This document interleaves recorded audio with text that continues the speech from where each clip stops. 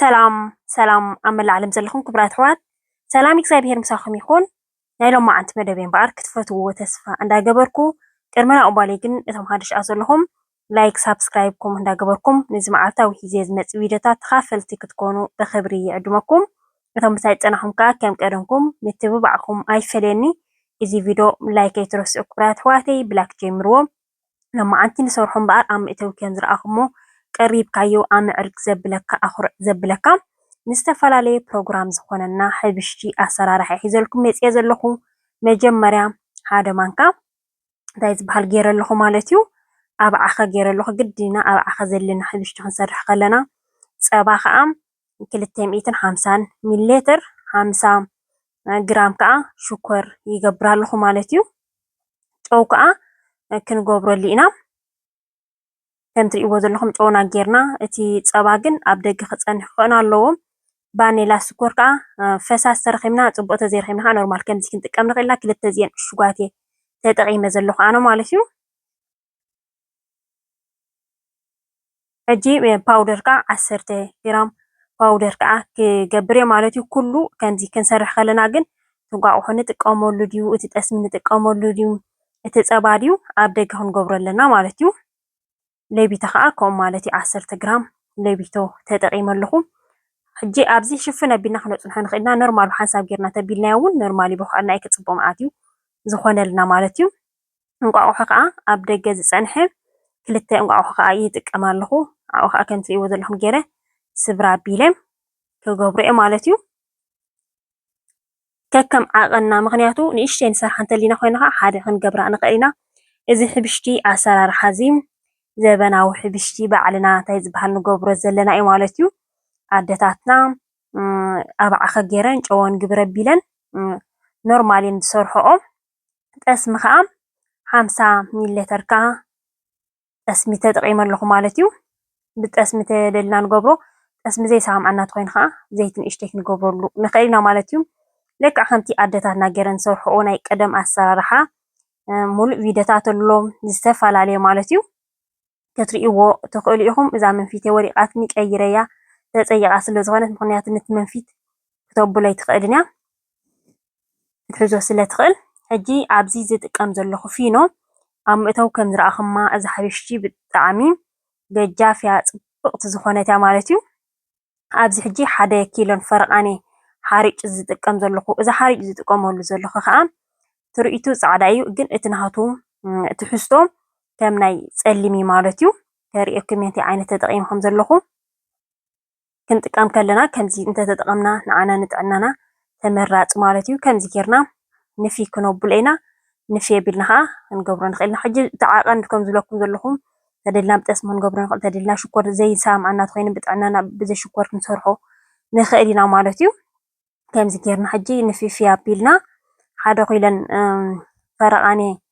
ተጠቒመ ዘለኹ ኣነ ማለት እዩ። ብጣዕሚ ረጓድ እያ ኣብ ምእተዊ ከም ዝረኣኹማ ማለት እዩ። ዝኾነ ፕሮግራም እንተሊና ኮይንስ ከምዚ ግብር ኣቢልና ማለት እዩ። እዚኣ ድንኩል ሜል ሓርጭ ተጠቒመ ዘለኹ ስርናይ ኮይኑሲ እቲ ትሕዝቶ ናቱ ከም ናይ ቀይሕ ማለት እዩ። መብዛሕትኡ ግዜ ኣነ ከምዚ እየ ዝጥቀም ምክንያቱ እቲ ፃዕዳ ንጥዕናና ፅቡቅ ስለዘይኮነ ከምዚ ተተጠቐምና ተመራፂ።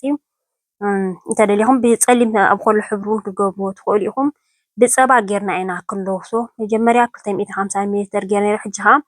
250 ሚሊ ሊትር ኣዳልየ ኣለኹ እንዳረኣና ማለት እዩ። ክንለውሶ ከለና ኣብዚ ሕጂ እንታይ ዝበሃልና ክንገብር ዘለና ፎኩስ ምንታን ሶፍቲ ዝኾነ ንክኾነልና ተደሊና እቲ ቢሑቕ ናቱ ትርር ዝበለ ክኾን የብሉን። ማእኸላይ ልምልም ዝበለ ተኮይኑ ብጣዕሚ እዩ ሶፍቲ ዝኾነልና ፅቡቅ ዝኾን ማለት እዩ። ሕጂ 6 ደቂቕ 7 ደቂቕ ዝኸውን ማለት እዩ። ሂናና ከዓ ከም ትሪእዎ ዘለኹም ናይ ኣውደ ዓመት ከፅብቕ መዓት ሂና እንታይ ገይረ ዘለኹ ሕጂ በቲ ደስ ይብለካን ሂና ጌርካ ከተብል እንደገና ከዓ ከይከደን ከዓ ክንክን ማለት እዩ። ክቡራት ኣሕዋተይ ዋላ ኣቑሑት ክሓፅብ በዘን ጓንቲ እንዳገበርኩ ዋላ ክሰርሕ ብጣዕሚ ሂና ብጣዕሚ እየ ዝፈቱ። ከም እንዳገበርኩ ከዓ ትኽንኽን እንዳበልኩ ከዓ ኣቐኒየን ማለት እዩ። ሕጂ እንታይ ገይረ ኣለኹ ሕብሪ ኣብዚ ተደሊና ብፃዕዳኡ ከሎ ክንሰርሖ ንኽእል ኢና። ኣነ ግን 4 ሕብሪ ክገብር እተን ሕብሪ 4 እየን ዘለዋ ታባኮ ከም ንፈልጣ 4 ሕብሪ እያ ሒዛ ትፀንሕ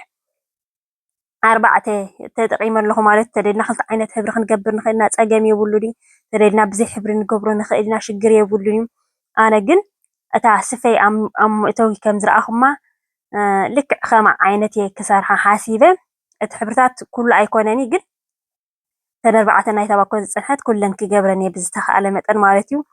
ንዓዓ ከዓ ትመስል እያ ኣብ መእተዊ ከም ዝረኣኹማስ በቃ መፍለይ ዝባል ዳርጋስ እቲኣ ስፈ ብዙሕ ዝበለት ሕብሪ ተዘይኮና ብጣዕሚ እተን ዘለዋ ሕብርስ ከገብረለን እየ ማለት ሕጂ ኣብዚ እየ ዝገብሮ ዘለኹ እቲ ፈሳሲ ዝጥቀሞ ዘለኹ ቦማታ ከዓ ናይ ኬክ ንጥቀመሉ ዋላ ሓደ ሽግር የብሉን እዩ ኬክ ክንሰርሕ ከለና ከም ሕብሪ ንጥቀመሉ ንስ እየ ዝገብር ዘለኹ ንኩሉ ገይረ ሕጂ ነናሃቱ ሕብሪ ገይረ ከዓ ክምለሰኩም እየ ምክንያቱ እቲ ቪድዮ ኣቸልቻኹ ምንታን ከይኮነኩም ከም ትሪእዎ ዘለኹም እዚኣ ሕጂ እንታይ ዝበሃል ገይረ ኣለኹ ሰማያዊት ማለት እዩ ነተን ሰለስተ ከዓ كما خجبر إذا حنت سالت تا رابعيتن جن نيش شيء خجبره مغنياتهم نايم أكل سلز كمان لازم له نخلن كأم كانت يوان زلهن حبرتات جيري ودي الله مالك بتماشين ده جبرنا تدرينا بإننا جبر بينا هنجبرنا خيرنا زين حبر زين أفتح بقول أنا حرب يعني جيري ينزل لهم صبت خاء كينا مالتي بتعامل صبتني أسرع ولا يا أخوان مجرش تاخذ بالكلا كتصبق معت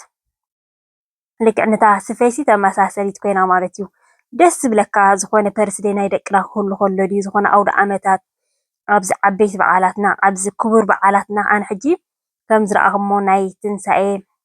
ناي فاسيكا سريحي مالتي بتعامل خبكة معرك زبالة خصب طمعت كوين اللي مالت حج حدا ما تنسى مسألة حجي أبزي نخلت ساعات أصنحيو قال سرحي إن سرارح كله زي أنا مجرشة مشيت يجري أمسي بلا مخنياتو نصبح يتغفرش بنتان حادش كونه لسه زلخ بنقوه أي سرح خواني أبزي حجي ورقت نورمال اتناي مد بورقت بتحت جير اللخ منصف ندحري كنو تخلي ناسي منتان كيشجرنا مالتيو هجي كل 9 أبكي عيصني حلو أبزي ديزاين مقبار ولا حدا صقم يقولوا ترى عابين الشيء إنه يكون أنا تزي كينو بعلي مسبوقه حاف مسبله يما عراري لنا شجريه بالنورمال كم تري وزن لهم قبرا بيلنا كن قبرون خلينا مالتيو تنحبرتات هجي بحساب عين قبرنا فح كنبلنا مالتيو سلسلستي از قبر زلهو نايتن سلسته خقبري نايتا بيجا حنتها حنت مالهم نشتي جيرا زلهو تا كم تري وزن لهم جيري سلسته خوينا نلعو مالتي خام مجمري حدا عين تجرنا سلز عقلنايو صقم يبولني حجي تا بيجا حنتها مالتي كم زجيركا بالسفالالي حبرتات بزحالفون يزلكم مصنيره ازي اخا فلي زبلت مالتيو مچم بطعمي كتصبق معات كينلنا ازي حجي بحفاد السراح كينو كبرات حواتي نايدتاتنا بحلاو زخونه حبشي مالتيو زبناو ግን ጌርና የለና በቲ ብንቋቁሖ በሽኮር ቢጠስምር እንዳገበርና ሰሪህና የለና ንሕና ማለትዩ ከም ዝበልኩኹም ግን ባህላዊ ኣሰራርሓ ተድሪኹም ከ ኣሎ ክልተ ሰለስተ ዓይነት ከ لك حنت نايدتنا جيرو استسرحلو مالتيو أبزي حجي كم تريو زلهم كم دس بلنا جيرنا سلملم ما كدنا بيلنا بوحد فرق ساعات شفنا بيلنا نقول في إسرح مشان شفنا بيلنا تقدرين يبقوا علينا مالتيو بلاستيك حجي نغاية حازنا بالعلي شفنا بولا بلاستيك مهنياتو نغص من ثان كيبلنا نقول برو نخيلنا مالته زي بلنا نورمال كاج شفنا بيلنا نفرق ساعات إسرح مشان دقيقة نقول فون خيلنا مالتيو نورمال يا بقى قلال سلال ما يزغبرا زلو انا كان ذا تريين زلو مالتيو امني اود عمت قامچم دخاملو بيتي جل خسرح بيتي جل خسرح سي بتعبي خاتبل نورمال بقى اي كابر كون نورمال غير يسرح زلو مالتيو كبرات واحدي مچم كان سريو زلهم بتعمي صبق زخونه حبشتي كبرات واحدي نخسر يدس بلكا غوانتنا او صصابيلنا ها زين حنا نخي كدا مالتيو كبرات واحدي بتعبي አንጂ አገርና እንተ ሰሪሕና ዋላ ሓደ ገርና የሲ አይብለናኒ አይከይድን ማለት ይቀንየልና ይኽእል እዩ እንደገና ናኡ ከይብለናውን ደሰይብለካኒ ቢሕቆሒና ገርካ ተገብር ማለት እዩ ሕጂ ንፍርቂ ሰዓት ሽፍና ቢለ ገዲፈዮ ድሕሪ ፍርቂ ሰዓት ከዓ ተመዓራርዩ ጽቡቕ መፂ ከም ዝስእይዎ ዘለኹ ማለት እዩ ኩሉ ስርሐይ ወዳዲአ ናይ ክሽነይ ክትገብረ ዝግባአንሲ ገይረ ወዲአ ማለት እዩ كندي كجد في حج زيا أبني هفا جرنا أنا خنجبر مالتيو መጀመርያ ብታሕቲ ወይ ናይ እንቋቑሖ ግብር ነብለሉ ወይ ከዓ ኣነ ሕጂ ፀባ ንእሽተይ ለኸየ ኣለኹ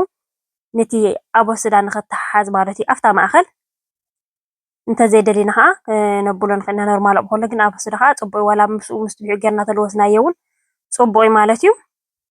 ሕጂ እዚኣ ከም ዝብለኩም ዓባይ ስለ ዝኾነት ንሓደ ሰዓትን 20 ከዓኒ ከፅንሓ እየ ማለት እዩ ክሳብ 1 ሰዓትን 20 ዝኾን ከዓ ከም ዝብለኩም ዘለኹም ኩሉ ስርሐይ ሬዲ ገይረ ስለ ዝፀናሕኹ እዚኣ 1 ሰዓትን 20 ክሳብ ትገብር ነብሰይ ተሓፃፂበ ክዳነይ ቀያይረ ዙርያይ ቀይረ ከዓ ክመፀኩም እየ ማለት እዩ እዚኣ ኣብ ውፅፅ ኣቢለ ሽፍንፍን ኣቢለያ ቤተክርስትያንና ከዓ ከይድና ማለት እዩ ናይ ፋሲጋ ምክንያቱ ክሳብ 1 ሰዓት ፈርቓን ዝፀንሕ ቀስ ኢሉ ዝበስለልና ሲ ካልእ ስራሕና እውን ክነዳሉ ንኽእል ኢና ማለት ሕጂ ኣብዚ እዚ ወረቐት ናይ መግቢአ ዝገብረሉ ዘለኹ ምክንያቱ ኩሉ ግዜ ሕብሽቲ ክንሰርሕ ከለና እቲ ናተሃፋ በፍፅም ክወፅእ የብሉን ፅቡቅ ክወፀልና እንተኮይኑ ሽፍን ክነብሎ ኣለና ከም ትሪእዎ ዘለኹም እቲ ማይ ክፅቡቅ መዓት ኮይኑ ብላዕሊ ተሪፉ ኣይከደና ብታሕቲ ማለት እዩ እንደገና ከዓ ከየርክበና ከዓኒ ትሕት ዝበለ ክትኮን ኣላ ምክንያቱ እንተርኪብዎ ኮይኑ ናፅነት የብሉን ኣይፈኩስን ፎኩስ ይላዓል ይመፅእ እሞ ንድሕሪት እዩ ዝመልሶ ማለት እዩ ምብሳልን ዘይምብሳልን ክነረጋገፅ ከዓ ከምዚኣ ንገብራ ዙርያ ቀይረ ክሳብ 1 ሰዓትን 20 ትገብርሲ ነብሰይ ተሓፂበ ዙርያ ቀያየረ ኩሉ በቃ ወዳዲአ ማለት እዩ ከም ትሪእዎ ዘለኹም ከዓ ፅብቕቲ ኮይና ደስ ኢላ ኣላ ኣብዚ ሕጂ ብኢድና ከየንድደና ምእንታን ብሓደ ሸነኽ ንእሽተይ ማይ ዝውሕል ግብር ኣቢልና ነቲ ውዑይ ዘሎ ክንገብሮ ንኽእል ኢና ማለት እዩ እቲ ማይ ከዓ ንኸይሓረና ከዓ ብውሕድ 1 ሊትር ፍርቓን ክንገብር ንኽእል ኢና ንፅባሕ ሓይቱ እምበኣር ክቡራት ኣሕዋተይ ከምዚ ትሪእዎ ዘለኹም ብጫ ዙርያ ናይ ቤተክርስትያንና ነይሩ ሰማያዊ ዙርያ ከዓ ናይ ኣውዳመት ናይ ገዛ ማለት እዩ ክቡራት ኣሕዋተይ ክብሪ ምስጋናን ንእግዚኣብሄር ይኹኖ ብጣዕሚ ፅቡቅ ዝኾነ ኢና ሓሊፍናዮ ፋሲጋ ከምዚ ትሪእዎ ዘለኹም እምበር ንዛ ስፈይደ መሲላትለይ እዛ ሓብራ ክትፅብቕ መዓት ከምዚኣ ትሪእዋ ዘለኹም ብሓንሳብ ኮይና ድሰራሕናያ ነዚኣ ትመስል ከመይ ከም ዝፈኾሰ ከመይ ከም ዝበሰለ ከዓ ክንሪኦ ኢና ማለት እዩ ብጣዕሚ ፅብቕቲ ክነግረኩም ኣይክእልኒ ብኣካል ማ ነግረኩም ኣይክእልኒ ብጣዕሚ እያ ፅብቕቲ ማለት እዩ ዋላ ሓደ ኣይባላሸወናን እዩ ፅቡቅ ጌርና እንተብሲልናዮ ፅቡቅ ጌርና እንተሰሪሕናዮ ብፅፈት ሒዝናዮ ከይተባላሸወና ቁርሲ ቡናና እንዳገበርና ከዓ ክንበልዖ ንኽእል ኢና ተደሊና ምስ ፀባ እንዳገበርና ተደሊና ምስ ሻሂ እንዳገበርና እንተደሊና ምስ ቡን እንዳገበርና ማለት እዩ ደስ ዝበለና ክትረጉድ መዓት እያ ከም ዝብለኩም ዘለኹ ብጣዕሚ እንታይ ዝበሃል ስለ ዝኾነ ብኸምኢት 1 ሰዓት ፈርቓን ኣፅኒሐ 1 ሰዓትን 20 ዝበልኩም ማለት እዩ ከም ትሪእዋ ዘለኹም ከዓ ክትፈኩስ መዓት ኮይና ክትፅብቕ ብሓፈሻ ፅቡቅ ገይረ ሕጂ ንዓኹም ንመርኣይ እምበር ዳሕራይ ቡናና እንዳገበርና ከዓ ብስነ ስርዓት ክትቆራረስ እንዳ ክትባረኽ እያ ኣብዚ ግን ንዓኹም ከዓ ርኢ ከብለኩም ንእሽተይ ቡን እንዳገበርኩም ዘይክጥዕመኒ ይኽእል እዩ ናይ ሎማዓንቲ መደበይ እምበኣር ኣብዚ ከኣኽለኒ እዩ ጀሚረ ክሳብ ዝውድእ ዝተኸታተልክምኒ ካብ ልበ ዘመስግነኩም ክቡራት ኣሕዋተይ ክትኣት ከለኹም ላይክ ተዘይጌርኩም ኣብ ምውፃእኹም ኣይትረሲዕኹም ብካልእ ትሕዝቶ ክሳብ ዝምለሰኩም ሰላምን ጥዕናን ኣብ በብዘለኹም ሞ ሰሰናይ